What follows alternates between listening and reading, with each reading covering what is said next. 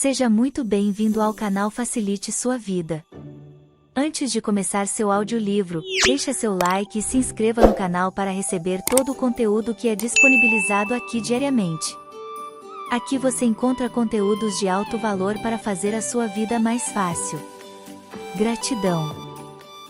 Autodomínio através da autossugestão consciente. Por Emile Coué. A sugestão, ou melhor, a autossugestão, é um assunto bastante novo e, ao mesmo tempo, é tão antigo quanto o mundo. É novo no sentido de que até agora foi mal estudado e, em consequência, mal compreendido. É antigo porque data do aparecimento do homem na Terra. Em fato, a autossugestão é um instrumento que possuímos ao nascer, e neste instrumento, ou antes, nesta força reside um poder maravilhoso e incalculável, que segundo circunstâncias produzem os melhores ou os piores resultados.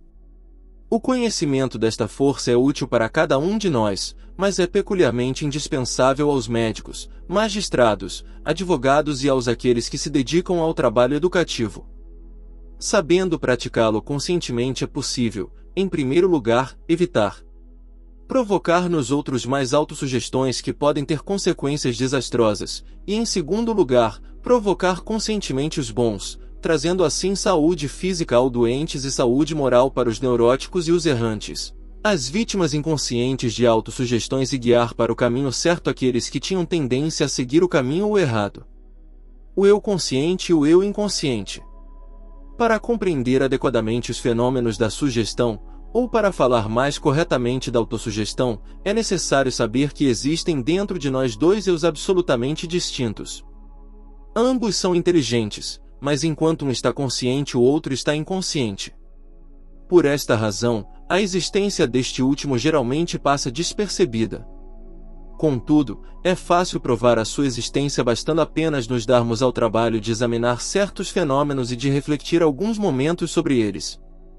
Tomemos por exemplo os seguintes exemplos. Todo mundo já ouviu falar de sonambulismo. Todos sabem que o sonâmbulo levanta-se à noite sem acordar, sai do quarto, depois de se vestir ou não, desce, percorre os corredores, e depois de ter executado certos atos ou realizado determinado trabalho, volta ao quarto, deita-se novamente. E mostra no dia seguinte o maior espanto ao encontrar concluído um trabalho que deixará inacabado no dia anterior. No entanto, foi ele mesmo quem fez isso sem ter consciência disso. A que força o seu corpo obedeceu se não for uma força inconsciente, na verdade o seu eu inconsciente? Examinemos agora o caso, infelizmente muito frequente, de um bêbado atacado por delirium tremens. Como se estivesse tomado de loucura, ele pega a arma mais próxima, faca, martelo ou machadinha, conforme o caso, e ataca furiosamente aqueles que têm o azar de estar por perto. Terminado o ataque, ele recupera os sentidos e contempla com horror a cena de carnificina ao seu redor, sem perceber que ele próprio é o autor dela. Aqui, novamente, não foi o eu inconsciente que fez com que o homem infeliz agisse dessa maneira? E que aversões, que males criamos para nós mesmos, para todos nós em todos os domínios, por não colocarmos imediatamente em jogo boas autossugestões conscientes contra as nossas mais autossugestões inconscientes, provocando assim o desaparecimento de todo sofrimento injusto. Se compararmos o eu consciente com o inconsciente, vemos que o eu consciente é muitas vezes possuidor de uma memória pouco confiável, enquanto o eu inconsciente, pelo contrário, é dotado de uma memória maravilhosa e impecável que registra, sem o nosso conhecimento, os menores acontecimentos, os menos importantes atos de nossa existência. Além disso, é crédulo e aceita com docilidade irracional o que lhe é dito. Isso sugeriria que é o nosso eu inconsciente que sonha. Já que nos sonhos aceitamos as circunstâncias sem questionar, mesmo quando elas são absurdas. Donald Tyson assim, como é o inconsciente o responsável pelo funcionamento de todos os nossos órgãos, mas o intermediário do cérebro, produz-se um resultado que pode parecer bastante paradoxal para você, isto é, se ele acredita que um determinado órgão funciona bem ou doente ou que sentimos tal ou qual impressão, o órgão em questão realmente funciona bem ou mal, ou sentimos essa impressão. O eu inconsciente não apenas preside as funções do nosso organismo, mas também todas as nossas ações, sejam elas quais forem. É isto que chamamos imaginação e é isto que, ao contrário da opinião aceite, sempre nos faz agir mesmo, e sobretudo, contra a nossa vontade, quando há antagonismo entre estas duas forças. Vontade e imaginação. Se abrirmos um dicionário e procurarmos a palavra vontade, encontraremos esta definição, a faculdade de determinar livremente certos atos. Aceitamos esta definição como verdadeira e inatacável. Embora nada pudesse ser mais falso. Esta vontade que afirmamos com tanto orgulho, sempre cede à imaginação. É uma regra absoluta que não admite exceção. Blasfêmia. Paradoxo, você vai exclamar. De jeito nenhum. Pelo contrário, é a mais pura verdade e eu responderei. Para se convencer disso, abra os olhos, olhe ao seu redor e tente compreender o que você vê. Você chegará então à conclusão de que o que eu lhe digo não é uma bobagem teoria, fruto de um cérebro doente, mas simples expressão de um fato. Suponha que coloquemos no chão uma tábua de 9 metros de comprimento por 30 centímetros de largura. É evidente que todos serão capazes de ir de uma ponta a outra desta prancha sem pisar. No limite. Mas agora mude as condições do experimento e imagine esta prancha colocada na altura das torres de uma catedral. Quem então será capaz de avançar mesmo alguns metros ao longo deste caminho estreito? Você poderia me ouvir falar? Provavelmente não. Antes de você tivesse dado 2 passos, você começaria a tremer e, apesar de todo o esforço de sua vontade, você certamente cairia no chão. Por que então você não cairia se a prancha estivesse no chão? E por que você cairia se for elevado a uma altura acima do solo? Simplesmente porque no primeiro caso você imagina que é fácil chegar ao fim desta prancha, enquanto no segundo caso você imagina que não pode fazê-lo. Observe que sua vontade é impotente para fazer você avançar. Se você imagina que não pode, é absolutamente impossível para você fazer isso. Se ladrilhadores e carpinteiros conseguirem fazer isso façanha, é porque eles acham que podem fazê-lo. A vertigem é inteiramente causada pela imagem que criamos em nossa mente de que vamos cair. Esta imagem transforma-se imediatamente em facto, apesar de todos os esforços da nossa vontade, e quanto mais violentos forem esses esforços, mais rápido será o resultado oposto ao desejado. Consideremos agora o caso de uma pessoa que sofre de insônia. Se ele não fizer nenhum esforço para dormir, ele ficará deitado tranquilamente na cama.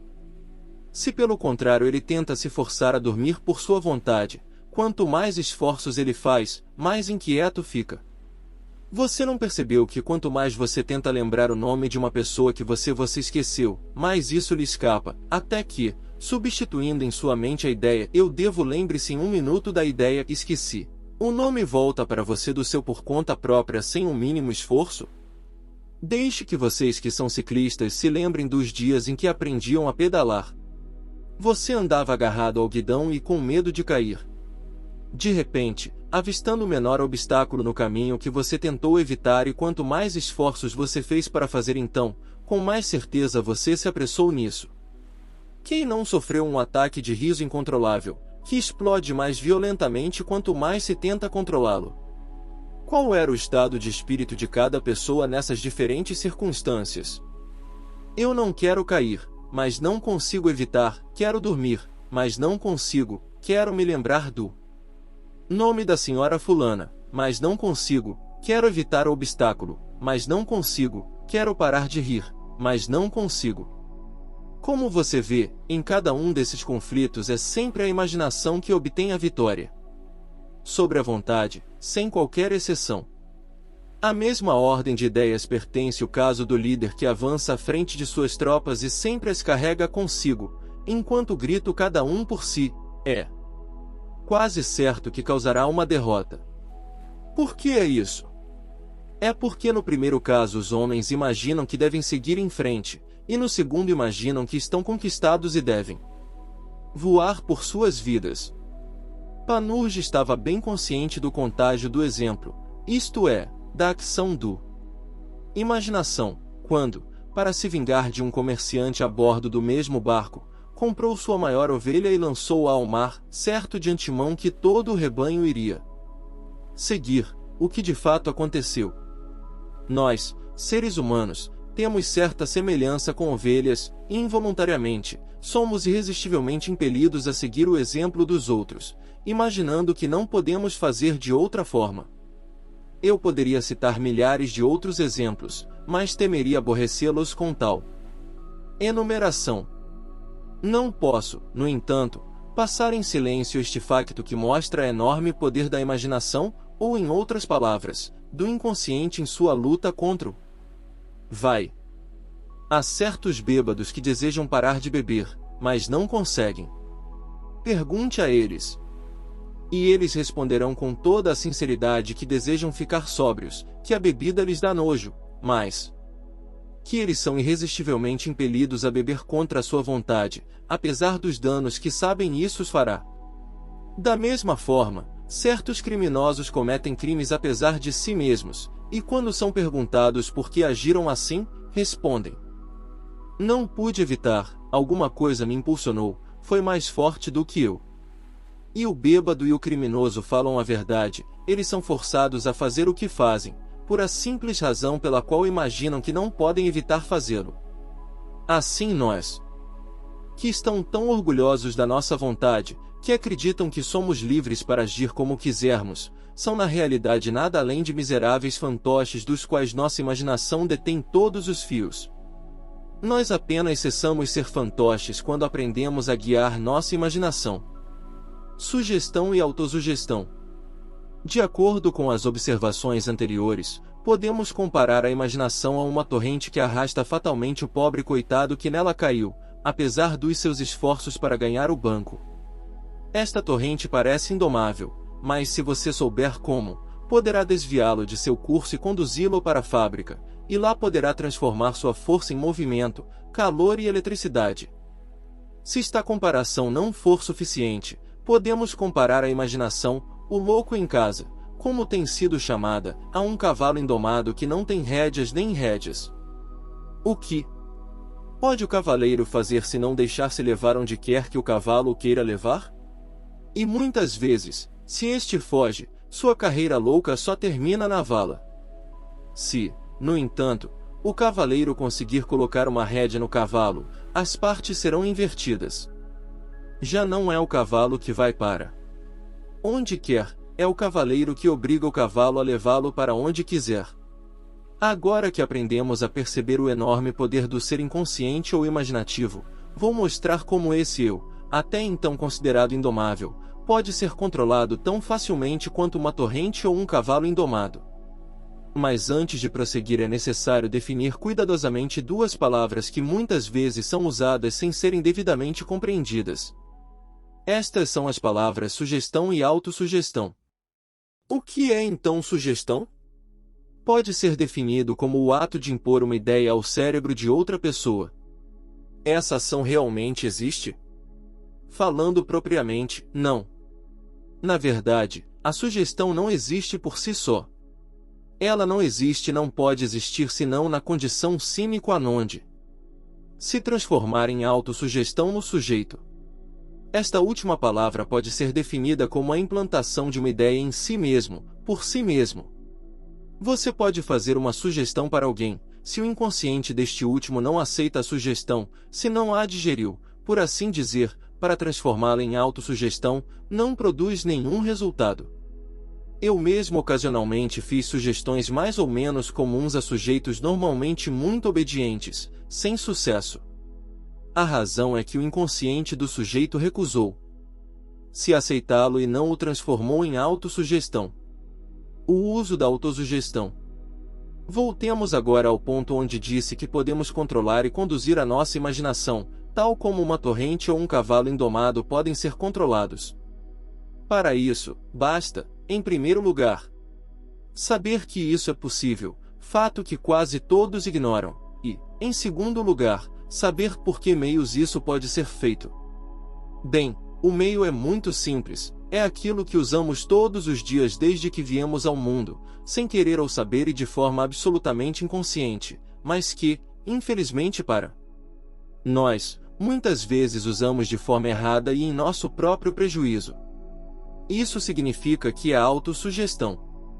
Enquanto nos damos constantemente autossugestões inconscientes, tudo o que temos a fazer é dar-nos autossugestões conscientes, e o processo consiste nisto: primeiro, pesar cuidadosamente em nossa mente as coisas que serão objeto da autossugestão, e de acordo com exigem que a resposta sim ou não seja repetida várias vezes sem pensar em mais nada. Essa coisa está chegando, ou essa coisa está indo embora, essa coisa vai acontecer ou não vai acontecer, etc, etc. Claro, a coisa deve estar em nosso poder.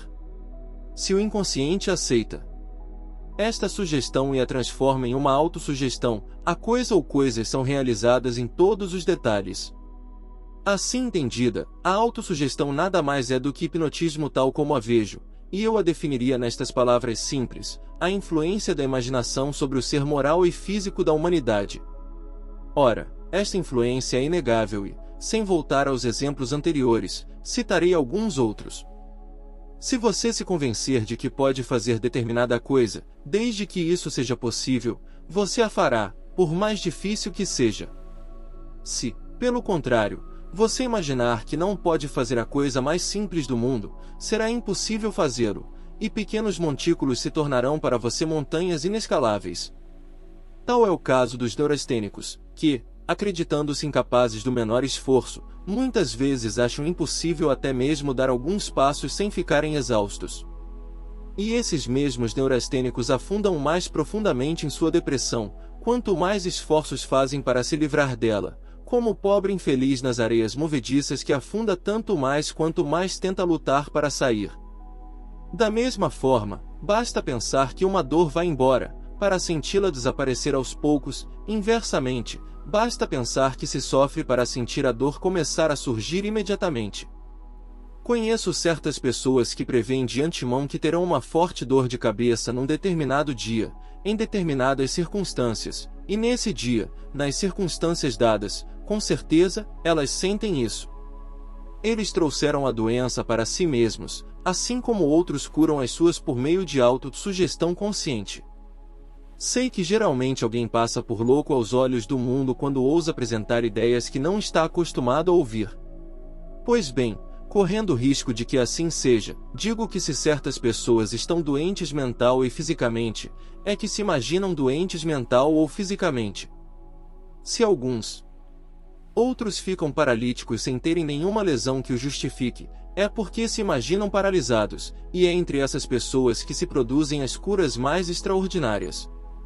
Se os outros estão novamente felizes ou infelizes, é porque eles se imaginam assim, pois é possível que duas pessoas estejam exatamente nas mesmas circunstâncias, uma perfeitamente feliz, a outra absolutamente miserável. A neurastenia, a gagueira, as aversões, a cleptomania, certos casos de paralisia, nada mais são do que o resultado da autossugestão inconsciente, ou seja, o resultado da ação do inconsciente sobre o ser físico e moral. Mas se o nosso inconsciente é a fonte de muitos dos nossos males, também pode trazer a cura das nossas doenças físicas e mentais. Pode não apenas reparar o mal que causou, mas curar doenças reais. Tão forte é a sua ação sobre o nosso organismo.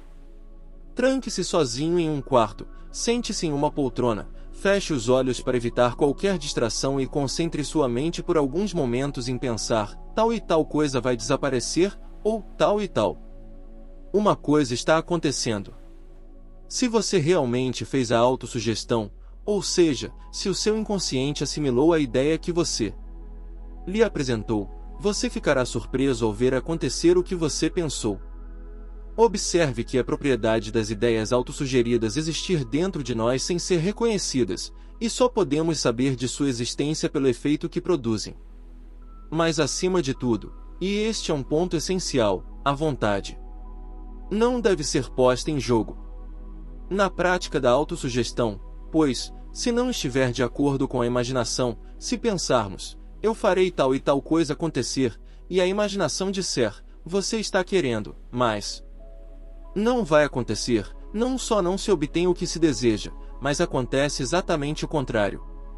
Esta observação é de capital importância e explica por que os resultados são tão insatisfatórios quando, no tratamento de doenças morais, se esforça para reeducar a vontade. É o treino da imaginação que é necessário, e é graças a esta nuance de diferença que o meu método tem tido frequentemente sucesso onde outros, e aqueles não menos considerados, falharam. Dos numerosos experimentos que fiz diariamente durante 20 anos, e que examinei com minucioso cuidado, pude deduzir as seguintes conclusões que resumi como leis. 1. Quando a vontade e a imaginação são antagônicas, é sempre a imaginação que vence, sem exceção. 2. No conflito entre a vontade e a imaginação, a força da imaginação está em proporção direta com o quadrado da vontade.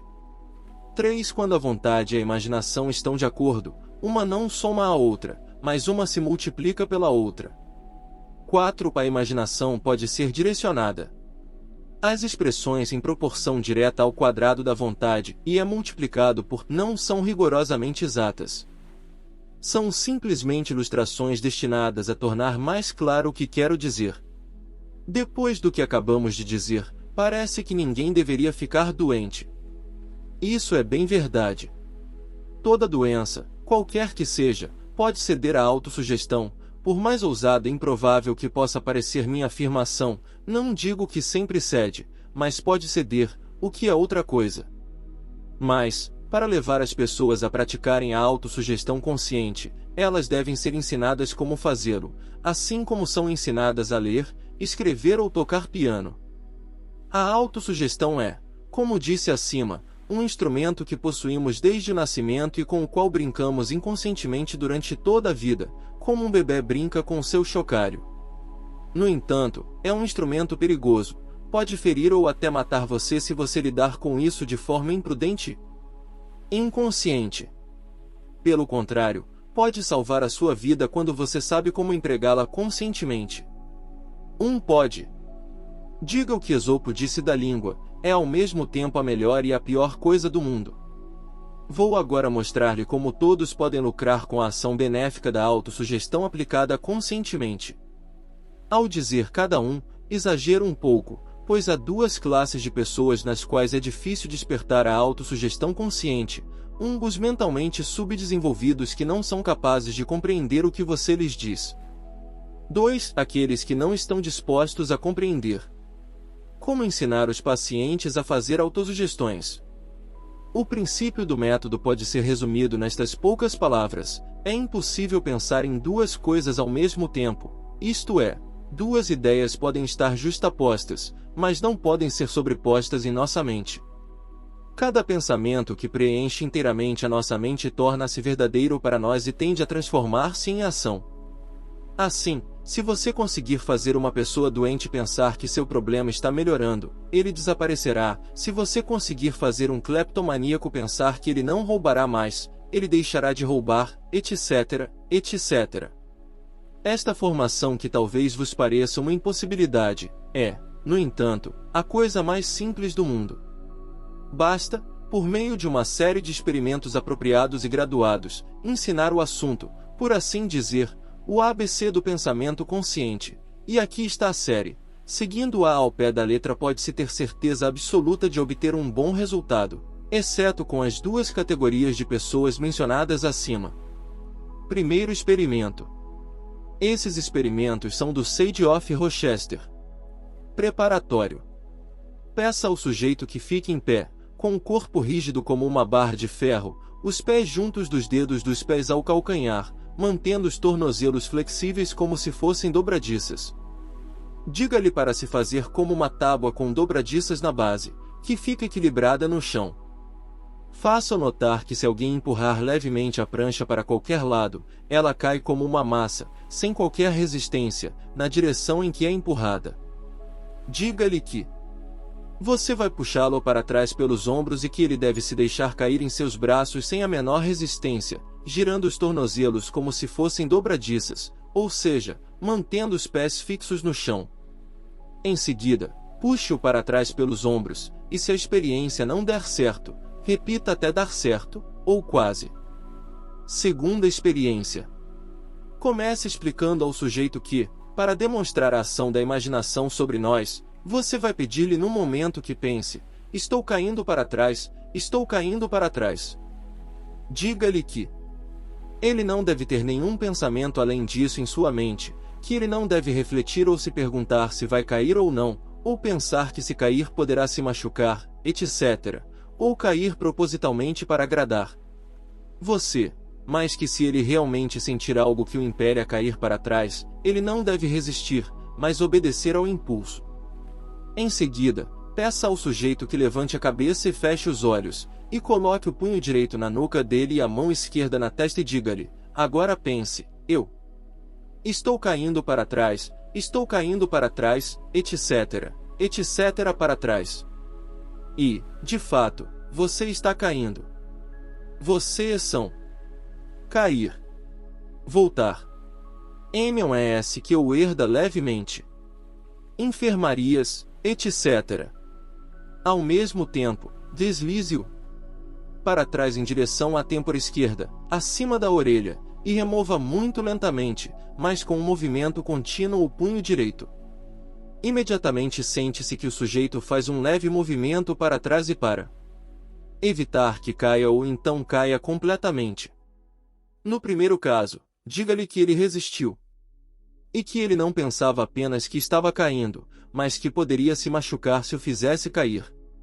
Isso é verdade, pois se ele não tivesse pensado nisso, teria caído como um bloco. Repita o experimento usando um tom de comando, como se fosse forçar o sujeito a obedecer. Você continue com isso até que seja completamente bem-sucedido ou quase isso. O operador deverá ficar um pouco atrás do sujeito, a perna esquerda à frente e a perna direita bem atrás dele, de modo que não ser derrubado pelo sujeito quando ele cair. A negligência desta precaução pode resultar em queda dupla se a pessoa estiver pesada. Terceiro experimento. Coloque o sujeito de frente para você, o corpo ainda rígido, os tornozelos flexíveis, e os pés unidos e paralelos. Coloque as duas mãos nas têmporas dele sem qualquer pressão. Olhe fixamente, sem mover as pálpebras, para a raiz do nariz, e diga-lhe para pensar: estou caindo para frente, estou caindo para frente. E repita para ele, enfatizando as sílabas: você. São Outon. Para a enfermaria, você deve olhar fixamente para ele. Alapê arream. Cessar. Quarta experiência. Peça ao sujeito para apertar as mãos o mais forte possível, ou seja, até que os dedos tremam ligeiramente. Olhe para ele da mesma forma que no anterior experimente e mantenha as mãos nas dele como se quisesse apertá-las ainda mais firmemente. Diga a ele para pensar que não consegue soltar os dedos, que você vai contar 3, e que quando você disser 3 ele deve tentar separar as mãos enquanto pensa em todos os vezes: não consigo, e ele acha ponto rá. Isso é impossível. Então conte muito lentamente, 1, 2, 3, e acrescentar imediatamente, separando as sílabas: você. Se o sujeito estiver pensando, ele não apenas é incapaz de separar os dedos, mas este último aperta-se unem tanto mais quanto mais esforços ele faz para separá-los. Ele obtém de fato exatamente o contrário do que deseja. Em alguns momentos diga-lhe: agora pense, eu posso fazer isso, e seus dedos se separarão. Tenha sempre o cuidado de manter os olhos fixos na raiz do nariz do sujeito e não permita ele desvie os olhos dos seus por um único momento. Se ele conseguir soltar as mãos, não pense que a culpa é sua, a culpa é do sujeito, ele não pensou direito, não posso. Assegure-lhe isso firmemente e comece o experimento novamente. Sempre use um tom de comando que não sofra desobediência. Não quero dizer que seja necessário levantar a voz, pelo contrário, é preferível empregar o pitch comum. Mas enfatize cada palavra em tom seco e imperativo. Quando estas experiências tiverem sido bem-sucedidas, todas as outras terão igualmente sucesso e poderão ser facilmente obtidos seguindo ao pé da letra as instruções acima. Alguns assuntos são muito delicados e é fácil reconhecê-los pelo facto de a contração de seus dedos e membros é facilmente produzida Depois de 2 ou 3 sucessos experimentos, não é mais necessário dizer-lhes, pensem isto, ou pensem aquilo, você basta, por exemplo, dizer-lhes simplesmente, mas no tom imperativo empregado por todos os bons sugestionistas, feche as mãos, agora você não pode abri-las. Feche seus olhos. Agora você não pode abri-los, e o sujeito acha absolutamente impossível abrir mãos ou os olhos, apesar de todos os seus esforços. Diga a ele em alguns momentos, você consegue agora, e a descontração ocorre instantaneamente. Esses experimentos podem ser variados até o infinito. Aqui estão mais alguns, faça com que o sujeito se junte ao seu mãos e sugerir que elas sejam soldadas, faça-o colocar a mão na mesa e sugerir que está preso a isso, diga-lhe que ele está preso à cadeira e não consegue se levantar, faça ele levante-se e diga-lhe que ele não pode andar, coloque um porta-canetas em cima da mesa e diga a ele que pesam 100 pesos, e que ele não consegue levantá-lo, etc., etc. Em todas estas experiências, não posso repetir muitas vezes, não se trata de sugestão propriamente dita, que produz os fenômenos, mas a autossugestão que é consecutiva à sugestão do operador. Método de procedimento em sugestão curativa. Quando o sujeito tiver passado pelas experiências anteriores e as tiver compreendido, estará maduro para a sugestão curativa. Ele é como um campo cultivado no qual a semente pode germinar e desenvolver-se, ao passo que antes era apenas terra áspera onde teria perecido. Qualquer que seja a enfermidade de que o sujeito sofra, seja ela física ou mental, é importante proceder sempre da mesma forma e usar as mesmas palavras com algumas variações conforme o caso. Diga ao sujeito, sente-se e feche os olhos. Não vou tentar fazer você dormir porque é totalmente desnecessário. Peço que feche os olhos simplesmente para que sua atenção não seja distraída pelos objetos ao seu redor. Agora diga a si mesmo que cada palavra que eu disser vai se fixar em sua mente, e ser impressa, gravada e incrustada nela, que, ali, vai ficar fixa, impressa e incrustada, e que sem sua vontade ou conhecimento, na verdade, perfeitamente inconscientemente de sua parte, você mesmo e todo o seu organismo irão obedecer. Em primeiro lugar eu digo isso todos os dias, 3 vezes ao dia, de manhã, ao meio-dia e à noite, nos horários habituais das refeições, você sentirá fome, ou seja, experimentará a sensação agradável que o faz pensar e dizer, ah, como será bom ter o que comer! Você então comerá e saboreará a sua comida, sem, é claro, comer demais. Você também terá o cuidado de mastigá-la adequadamente para transformá-la em uma espécie de pasta macia, antes de engoli-la.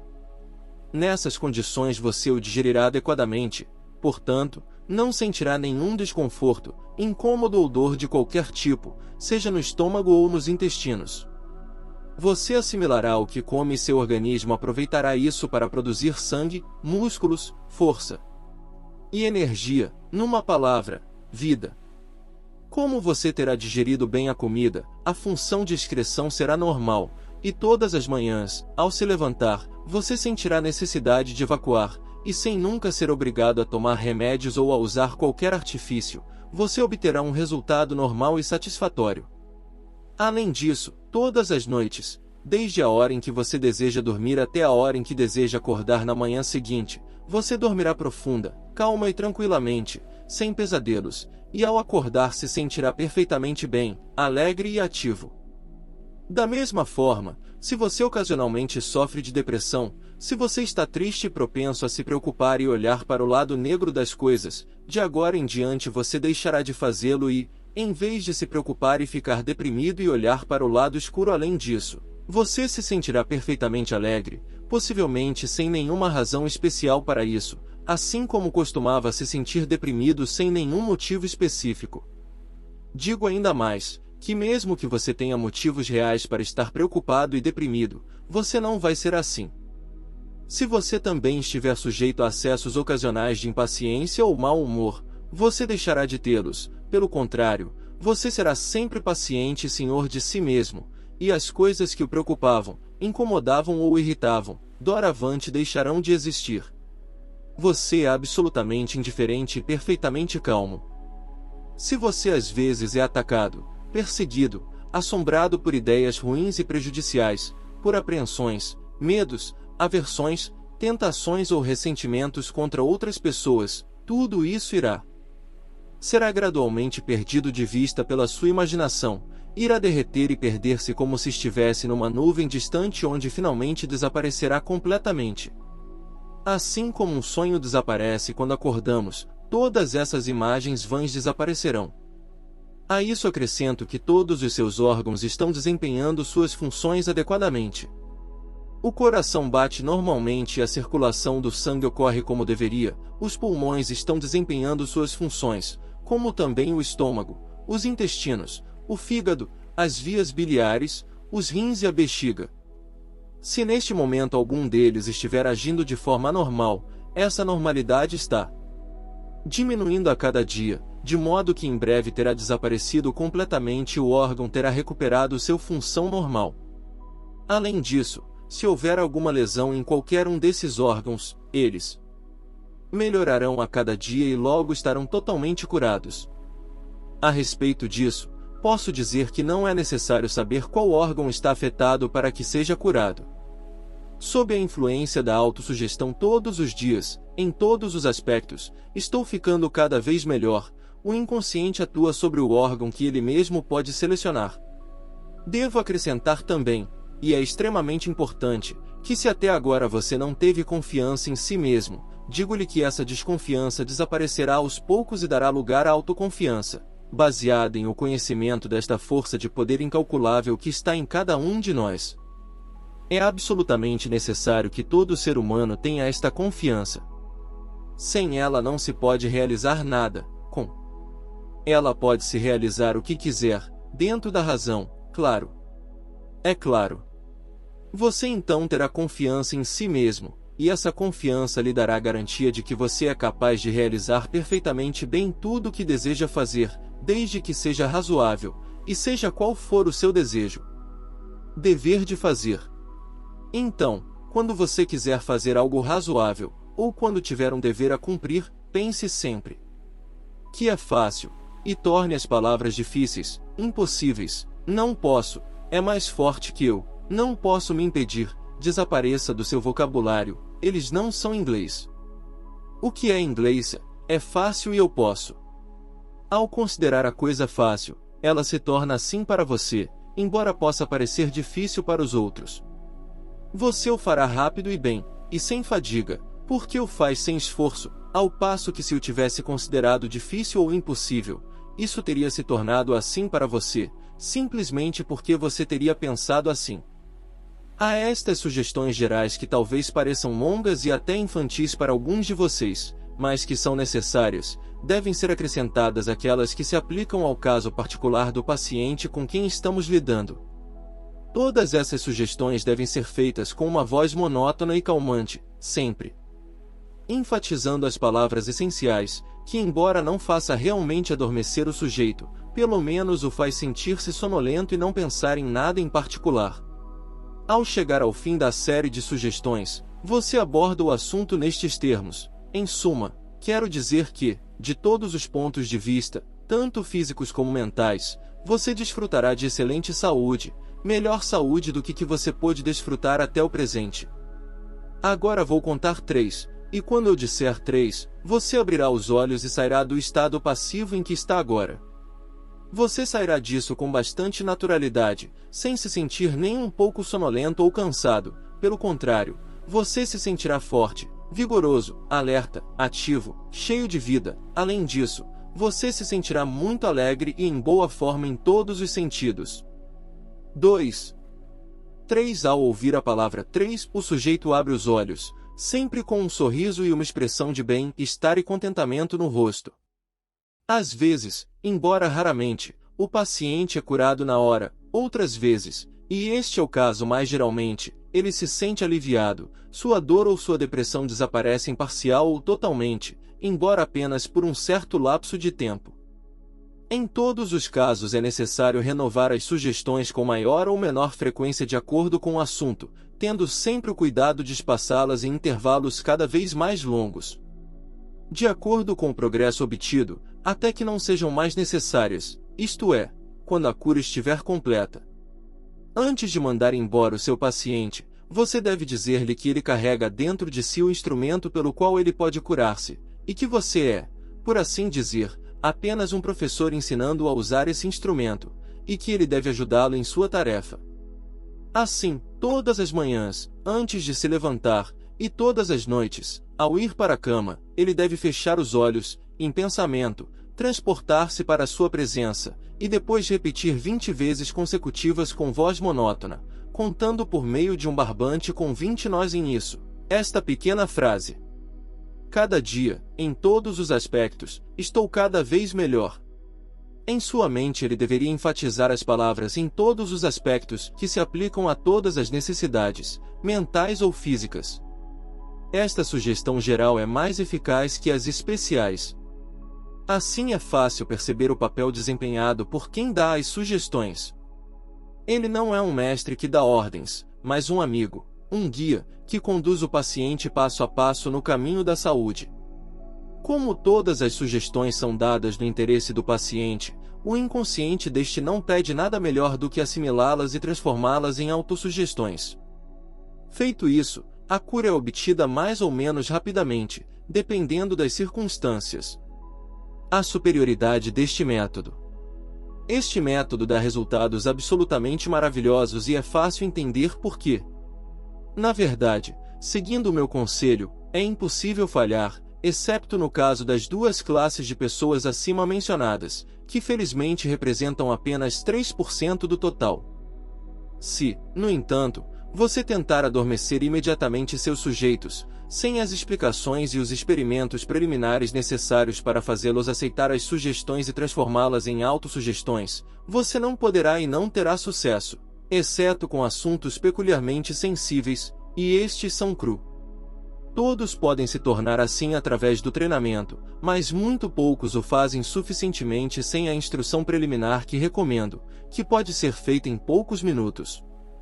Antigamente, imaginando que as sugestões só poderiam ser dadas durante o sono, procurava sempre adormecer o meu paciente, mas ao descobrir que não era indispensável, deixei de fazê-lo para poupá-lo do pavor e do desconforto que quase sempre sente quando lhe dizem que vai dormir, e que muitas vezes o faz oferecer, apesar de si mesmo, uma resistência involuntária.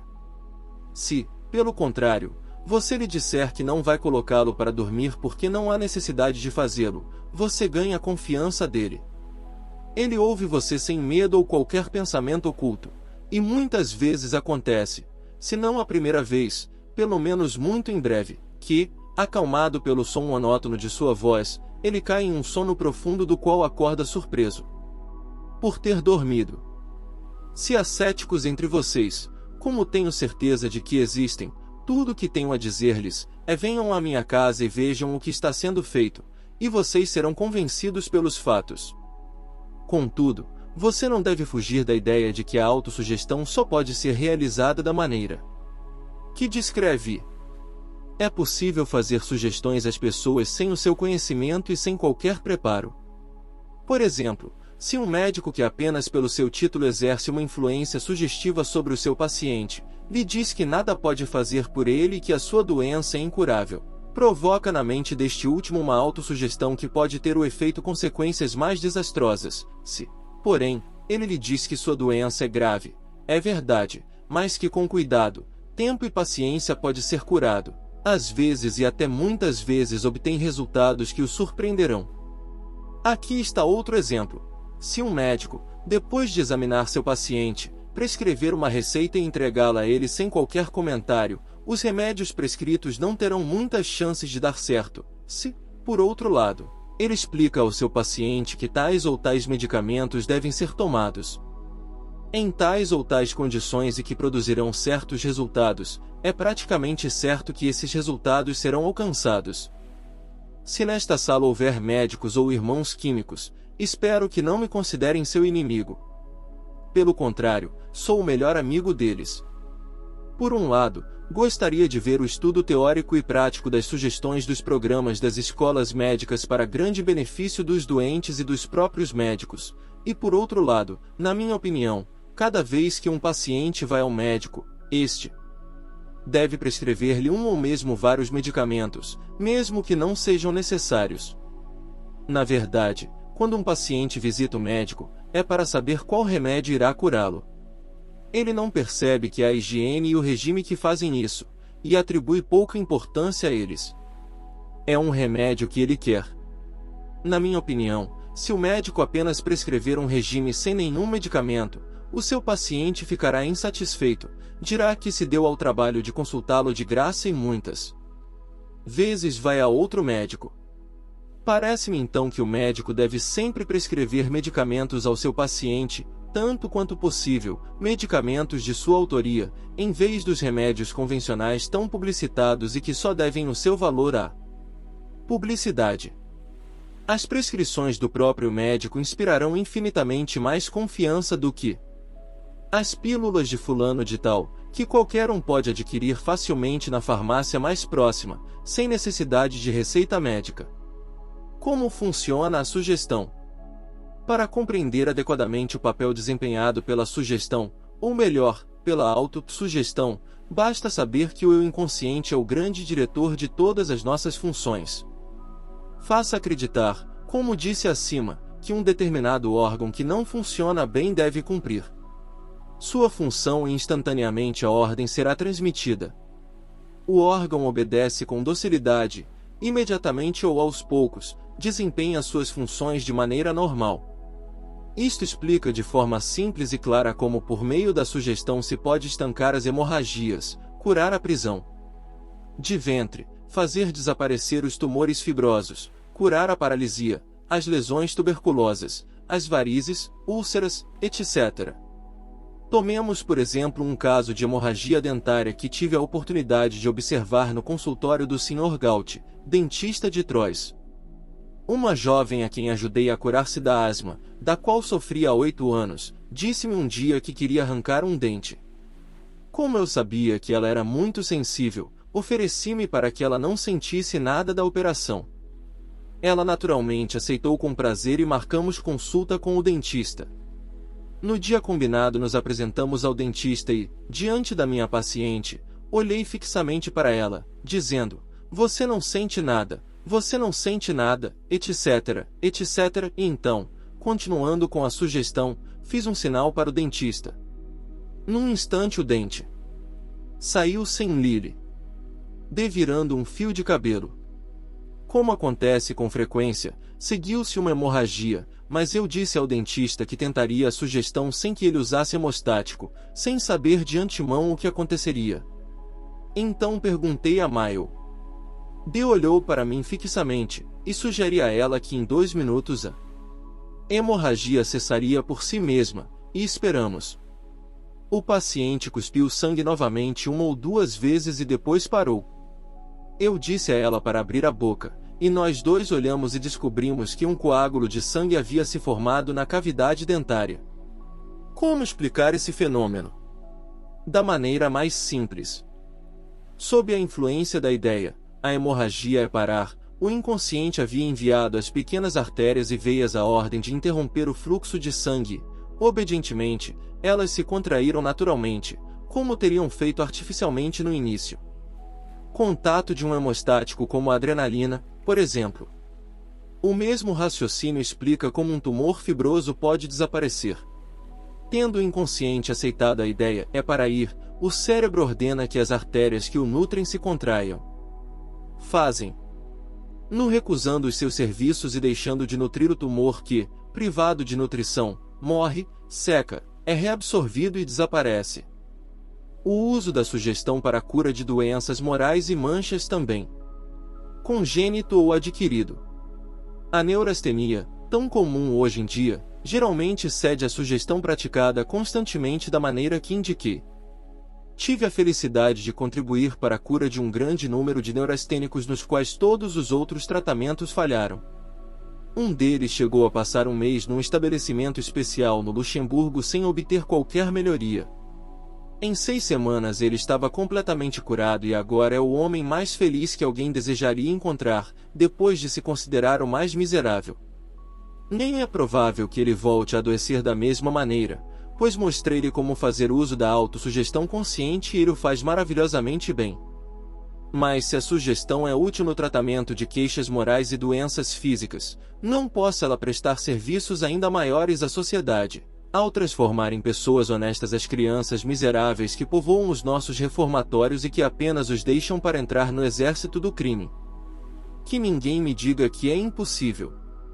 O remédio existe e posso prová-lo. Citarei os 2 casos seguintes, que são muito característicos, mas aqui devo inserir algumas observações entre parênteses. Para que você entenda a forma como a sugestão atua no tratamento das máculas morais, usarei a seguinte comparação. Suponha que nosso cérebro seja uma tábua, na qual estão cravados pregos que representam as ideias, hábitos e instintos que determinam nossas ações. Se descobrirmos que existe num sujeito uma má ideia, um mau hábito, um mau instinto, por assim dizer, um prego ruim, pegamos outro que é a boa ideia, hábito ou instinto, e o colocamos em cima de outro. O ruim e dar uma pancada com o martelo, ou seja, fazemos uma sugestão. O novo prego será cravado talvez em uma fração de polegada, enquanto o antigo sairá na mesma medida. A cada novo golpe do martelo, ou seja, a cada nova sugestão, um será cravado. Uma fração mais e o outro será arrancado na mesma quantidade, até que, depois de um certo número de golpes, o prego velho irá saia completamente e seja substituído pelo novo. Quando esta substituição é feita, o indivíduo a obedece. Voltemos aos nossos exemplos. A pequena M, uma criança de 11 anos que vivia em Troyes, estava sujeita à noite e dia a certos acidentes inerentes à primeira infância a fazer xixi na cama. Ele também era cleptomaníaco e, claro, também mentiroso. A pedido de sua mãe, tratei-o por sugestão. Após a primeira visita os acidentes cessaram durante o dia, mas continuaram à noite. Aos poucos foram diminuindo e, finalmente, alguns meses depois, a criança ficou completamente curada. No mesmo período, suas propensões ao roubo diminuíram e, em 6 meses, cessaram totalmente. O irmão desta criança, de 18 anos, concebeu um ódio violento contra outro dos seus irmãos. Cada vez que bebia vinho demais, sentia-se impelido a sacar uma faca e esfaquear o irmão. Ele sentia que um dia ou outro acabaria fazendo isso e sabia ao mesmo tempo que, ao fazer isso, ficaria inconsolável. Tratei-o também por sugestão e o resultado foi maravilhoso. Após o primeiro tratamento ele ficou curado. Seu ódio pelo irmão havia desaparecido e, desde então, eles se tornaram bons amigos e se deram muito bem. Acompanhei o caso por muito tempo e a cura foi definitiva. Visto que tais resultados devem ser obtidos por sugestão, não seria benéfico, poderia até dizer indispensável, adotar este método e introduzi-lo em nossos reformatórios? Estou absolutamente convencido de que se a sugestão fosse aplicada diariamente a crianças cruéis, mais de 50% poderiam ser recuperados. Não seria um imenso serviço prestar à sociedade, trazer de volta a ela membros sãos e saudáveis que antes estavam corroídos pela decadência moral? Talvez me digam que a sugestão é uma coisa perigosa e que pode ser usada para propósitos malignos. Esta não é uma objeção válida, primeiro porque a prática da sugestão só seria confiada pelo paciente a pessoas confiáveis e honestas, aos médicos reformatórios, por exemplo, e, por outro lado, aqueles que procuram usar isso para o mal não peça permissão a ninguém. Mas mesmo admitindo que isso oferece algum perigo, o que não é verdade, gostaria de pedir a quem faz a objeção que me diga que coisa usamos que não é perigosa. É vapor? Pólvora? Ferrovias? Navios? Eletricidade? Automóveis? Aviões? Não serão perigosos os venenos que nós, médicos e químicos, usamos diariamente em doses mínimas, e que poderiam facilmente destruir o paciente. Se, num momento de descuido, infelizmente cometêssemos um erro ao pesá-los? Algumas curas típicas. Este pequeno trabalho ficaria incompleto se não incluísse alguns exemplos das curas obtidas. Levaria muito tempo e talvez também fosse um pouco cansativo se eu relatasse todos aqueles em que participei. Portanto, contentar-me em citar alguns dos mais notáveis. Senhora M.D., de Troyes, sofria há 8 anos de asma, o que a obrigava a ficar sentada na cama quase a noite toda, lutando para respirar. Experimentos preliminares mostram que ela é um assunto muito delicado. Ela dorme imediatamente e a sugestão é dada. Desde o primeiro tratamento há uma enorme melhora.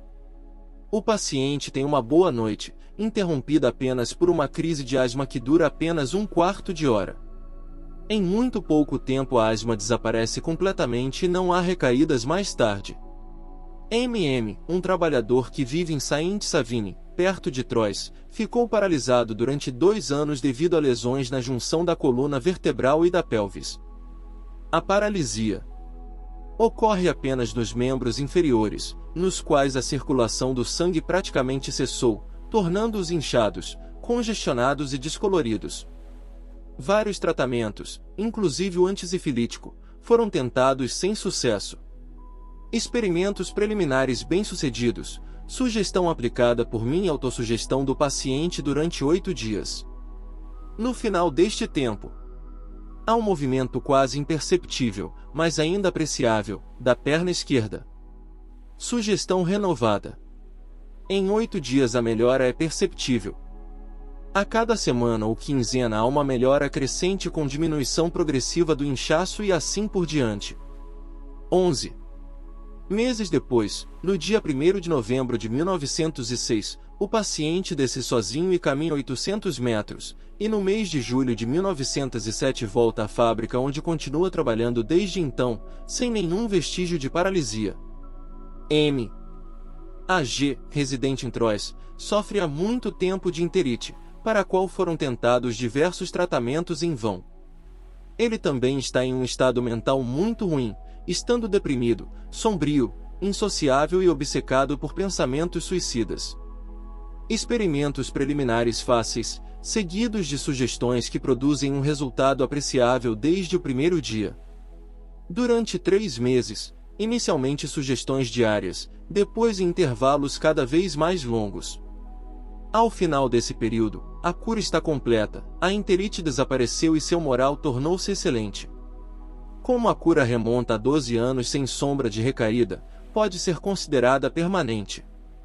MG é um exemplo notável dos efeitos que podem ser produzidos pela sugestão, ou melhor, pela autossugestão. Ao mesmo tempo que lhe fiz sugestões do ponto de vista físico, também o fiz do ponto de vista mental, e ele aceitou ambas as sugestões igualmente bem. A cada dia, aumentava sua confiança em si mesmo e, como era um excelente trabalhador, para ganhar mais procurou uma máquina que lhe permitisse trabalhar em casa para o seu patrão. Pouco depois, o dono de uma fábrica, tendo visto com seus próprios olhos que ele era um bom trabalhador, confiou-lhe a máquina que ele desejava. Graças à sua habilidade, ele conseguiu produzir muito mais do que um operário comum, e seu patrão, encantado com o resultado, deu-lhe outra e mais outra máquina, até que MG, que, se não fosse por sugestão, teria permanecido um operário comum, está agora encarregado de 6 máquinas que lhe trazem algum senhora D, em Troyes, cerca de 30 anos. Ela está nos últimos estágios de consumo e fica mais magra a cada dia, apesar da alimentação especial. Ela sofre de tosse, cuspir e tem dificuldade em respirar. Na verdade, ao que tudo indica, ela tem apenas alguns meses de vida. Experimentos preliminares mostram grande sensibilidade e sugestões são seguidas de melhorias imediatas. A partir do dia seguinte os sintomas mórbidos começam a diminuir. A cada dia, a melhora se torna mais acentuada, a paciente engorda rapidamente, embora não tome mais alimentação especial. Em poucos meses a cura está aparentemente completa. Esta pessoa escreveu-me no dia 1 de janeiro de 1911, ou seja, 8 meses depois de eu ter partido de Troyes, para me agradecer e dizer-me que, embora grávida, estava perfeitamente bem. Escolhi propositalmente estes casos que datam de algum tempo atrás, para mostrar que as curas são permanentes, mas gostaria de acrescentar alguns mais recentes. MX funcionário dos Correios em Lunéville. Tendo perdido um dos filhos em janeiro de 1910, o problema produz nele um distúrbio cerebral que se manifesta por tremores nervosos incontroláveis. Seu tio o traz para mim no mês de junho. Experimentos preliminares seguidos de sugestão. 4 dias depois o paciente volta para me dizer que o tremor desapareceu. Renovo a sugestão e digo para ele voltar em 8 dias. 1 semana, depois 15 dias, depois 3 semanas, depois 1 mês, se passam sem que eu ouça mais nada dele. Pouco depois, seu tio chega e me conta que acaba de receber uma carta de seu sobrinho, que está perfeitamente bem. Retomou o trabalho de telegrafista, do qual foi obrigado a abandonar, e na véspera enviou um telegrama de 170 palavras sem a menor dificuldade. Ele poderia facilmente, acrescentou em sua carta, ter enviado uma carta ainda mais longa. Desde então ele não teve nenhuma recaída. M.Y., de Nancy, sofre de neurastenia há vários anos. Ele tem aversões, medos nervosos e distúrbios estomacais e intestinais. Ele dorme mal, fica triste e assombrado por ideias suicidas. Ele cambaleia quando anda como um homem bêbado e não consegue pensar em nada além de seu problema. Todos os tratamentos falharam e ele fica cada vez pior. Uma estadia num lar de idosos especial para tais casos não tem qualquer efeito. M.Y. vem me ver no início de outubro de 1910. Experimentos preliminares comparativamente fáceis. Explico ao paciente os princípios da autossugestão e a existência dentro de nós do eu consciente e do inconsciente, e então faço a sugestão necessária. Durante 2 ou 3 dias M.Y. tem um pouco de dificuldade com as explicações que dei a ele.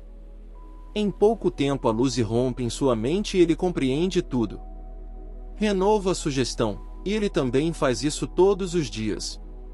A melhora, que a princípio é lenta, torna-se cada vez mais rápida e em 1 mês e meio a cura está completa. O ex-inválido que ultimamente se considerava o mais miserável dos homens, agora se considera o mais feliz. M. E. de Troyes. Um ataque de gota. O tornozelo direito está inflamado e dolorido e ele não consegue andar. Os experimentos preliminares mostram que ele é um sujeito muito sensível. Depois do primeiro tratamento ele consegue recuperar, sem a ajuda da bengala, o transporte que o trouxe, e a dor cessou. No dia seguinte ele não volta como eu lhe disse para fazer.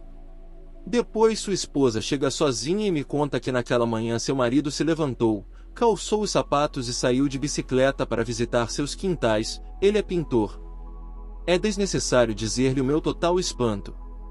Não pude acompanhar este caso, pois o paciente nunca se dignou a vir me ver novamente, mas algum tempo depois ouvi que ele não teve nenhuma recaída.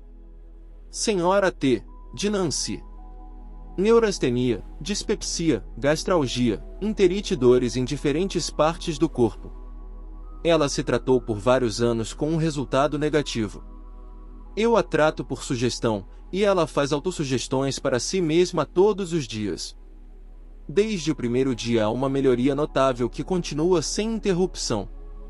No presente momento, essa pessoa está curada há muito tempo mental e fisicamente não segue nenhum regime.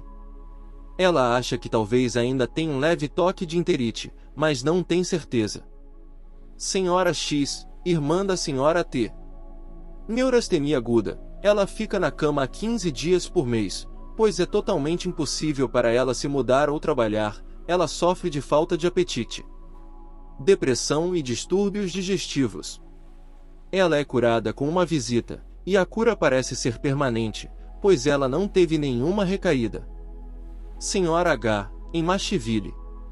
Eczema geral, que é particularmente grave na perna esquerda. Ambas as pernas estão inflamadas, principalmente nos tornozelos. Caminhar é difícil e doloroso. Eu a trato por sugestão. Naquela mesma noite, a Sra. H é capaz de caminhar centenas de metros sem fadiga. No dia seguinte, os pés e tornozelos não estão mais inchados e não voltaram a ficar inchados desde então. O eczema desaparece rapidamente. Sra. F, em Lunéville. Dores nos rins e nos joelhos. A doença data de 10 anos atrás e piora a cada dia. Sugestão minha e autossugestão dela mesma. A melhora é imediata e aumenta progressivamente. A cura é obtida rapidamente e é permanente. Senhora Z, de Nancy, adoeceu em janeiro de 1910, com congestão pulmonar, da qual não se recuperou 2 meses depois. Ela sofre de fraqueza geral, perda de apetite, problemas digestivos, evacuações raras e difíceis, insônia, suores noturnos abundantes. Após a primeira sugestão, a paciente se sente muito melhor e 2 dias depois ela retorna e me diz que se sente muito bem. Todos os vestígios de doença desapareceram e todos os órgãos estão funcionando normalmente. 3 ou 4 vezes ela esteve a ponto de suar, mas em todas as vezes evitou isso através do uso de autossugestão consciente. A partir desta época a senhora Z gozou de perfeita saúde. MX, em Belfort, não consegue falar mais de 10 minutos ou 1/4 de hora sem ficar completamente áfono. Diferentes médicos consultados não encontraram lesões nos órgãos vocais, mas um deles diz que MX sofre de senilidade da laringe, e esta conclusão o confirma na crença de que é incurável. Ele vem passar férias em Nancy, e uma senhora minha conhecida o aconselha a vir me ver. Ele recusa a princípio, mas eventualmente consente, apesar de sua absoluta descrença nos efeitos da sugestão. Mesmo assim, trato-o assim e peço-lhe que volte 2 dias depois. Ele volta no dia marcado e me conta que no dia anterior conseguiu conversar a tarde inteira, sem ficar afonoado. 2 dias depois, ele volta para dizer que seu problema não reapareceu, embora ele não apenas tivesse conversado muito, mas até cantado no dia anterior. A cura ainda é válida e estou convencido de que sempre será assim. Antes de encerrar, gostaria de dizer algumas palavras sobre a aplicação do meu método Educação e Correção dos Filhos pelos Pais. Este último deverá esperar até que a criança adormeça, e então um deles deverá entrar em seu quarto com cautela, parar a 1 metro de sua cama e repetir 15 ou 20 vezes em um murmúrio todas as coisas que deseja obter da criança, do ponto de vista da saúde, do trabalho, do sono, da aplicação, da conduta, etc. Deve então retirar-se como veio, tomando muito cuidado para não acordar a criança. Este processo extremamente simples proporciona os melhores resultados possíveis e é fácil compreender por quê. Quando a criança está dormindo, seu corpo e seu eu consciente estão em repouso e, por assim dizer, aniquilados. Seu eu inconsciente, entretanto, está acordado, é então somente a este que se fala, e como é muito crédulo, aceita sem contestação o que lhe dizem, de modo que, pouco a pouco, a criança chega a fazer de si mesma o que seus pais desejam que ela seja. Conclusão. Que conclusão se pode tirar de tudo isto? A conclusão é muito simples e pode ser expressa em poucas palavras. Possuímos dentro de nós uma força de poder incalculável, que, quando manejado inconscientemente, é muitas vezes prejudicial a nós. Se, pelo contrário, o dirigirmos de maneira consciente e sábia, ele nos dará o domínio de nós mesmos e nos permite não apenas escapar e ajudar outros a escapar de problemas físicos e doenças mentais, mas também viver em relativa felicidade, quaisquer que sejam as condições em que possamos nos encontrarmos. Por último, e acima de tudo, deveria ser aplicado a regeneração moral daqueles que desviou-se do caminho certo. Emily Coe.